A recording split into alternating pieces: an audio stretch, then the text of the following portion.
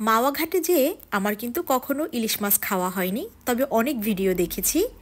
এরপরে আমি ছোট সাইজের মাছ খুঁজতেছিলাম। অনেক খোঁজাখুঁজির পরে আমি কিন্তু 2টা মাছ পেয়ে গিয়েছি। আজকে আমি তৈরি করব মাওয়া ঘাটের সব খানাপিনা। আসসালামু আলাইকুম, সবাই কেমন আছেন? আমি তো আলহামদুলিল্লাহ ভালো আছি। প্রথমবারের মতো ইলিশ মাছ কেটেছি। আমার কাছে কখনোই কিন্তু কোনো কাজ কঠিন মনে হয় না। আলহামদুলিল্লাহ শুরু করেছিলাম, কাটা শেষ হয়ে গেছে। তো আমি সুন্দরভাবে কেটে ধুয়ে নিয়েছি। এবারে মাছটাকে সুন্দরভাবে মেরিনেট করব। মাছের এই মেরিনেটের উপরেই কিন্তু মাছের টেস্টটা সম্পূর্ণ নির্ভর করবে। তো আমি হলুদ, মরিচ, লবণ দিয়ে দিয়েছি, তারপরে দিয়ে দিয়েছি কিছুটা পরিমাণে সরিষার তেল। এবারে অনেক সময় ধরে মাছটাকে আমি সুন্দরভাবে মশলাগুলো মেখে নিব।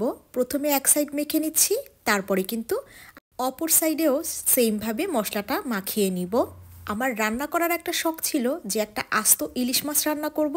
তো ফাইনালি যখন মাছটা পেয়ে গেছি আমি নিয়ে নিয়েছি এবং রান্না করে শখটাও পূরণ করে নিয়েছি। আলহামদুলিল্লাহ অনেক মজা ছিল। মশলা মাখার পরে আমি কিন্তু 1 ঘন্টা রেস্টে রেখেছিলাম।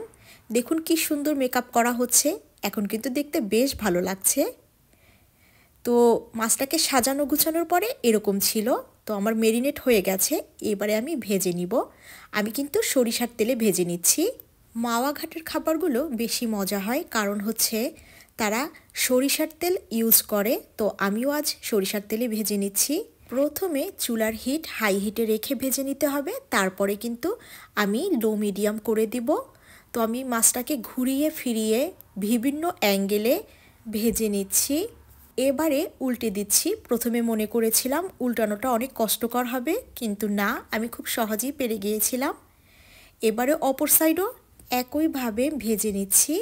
আর এবারে যে মাছটা আমি ম্যারিনেট করেছিলাম সেখানে যে মশলা ছিল তার ভিতরে কিছু পেঁয়াজ কুচি দিয়ে দিচ্ছি।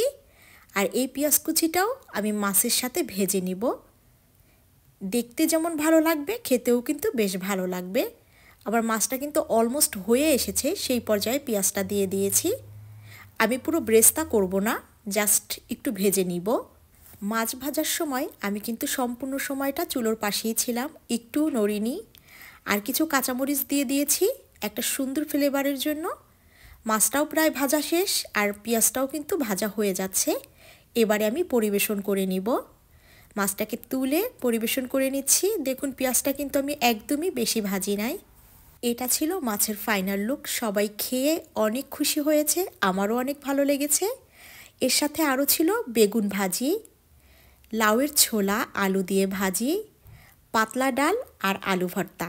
যারা সম্পূর্ণ ভিডিওটি দেখেছেন অসংখ্য ধন্যবাদ। অবশ্যই একটা কমেন্ট রেখে যাবেন।